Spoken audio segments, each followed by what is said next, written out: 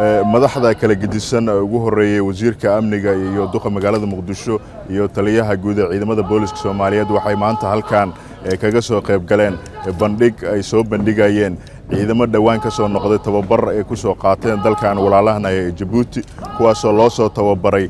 ka hortaga rabshadaha maadaama aynu u gon leenahay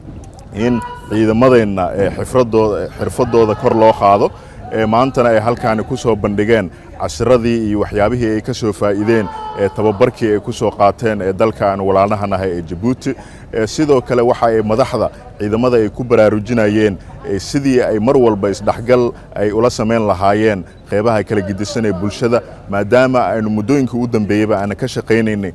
sidii la isku xiri lahaa laamaha kala gedisan ee amniga iyo shacabka halkaasna uu ugu dhalan lahaa wada shaqeyn buuxda oo dhaxmarta ciidamada iyo shacabka maadaama aanu soo tijaabinay in guulo fara badan laga gaaray wada shaqeynadii dhaxmartay laamaha kala gedisan ee amniga iyo shacabka inteeda kala gedisanba runtii waxaanu mahad gaar u celinaynaa dawladda Djibouti oo mar walba naga caawinta in ay tababaro soo siiyaan qeybaha kala gedisan ee ciidamada booliska Soomaaliyeed waxaanu rajaynaynaa inaanu annagana wax ka baranno kana faa'iidno tababaradaasi aan ka soo qaadano dalka Djibouti maasanadii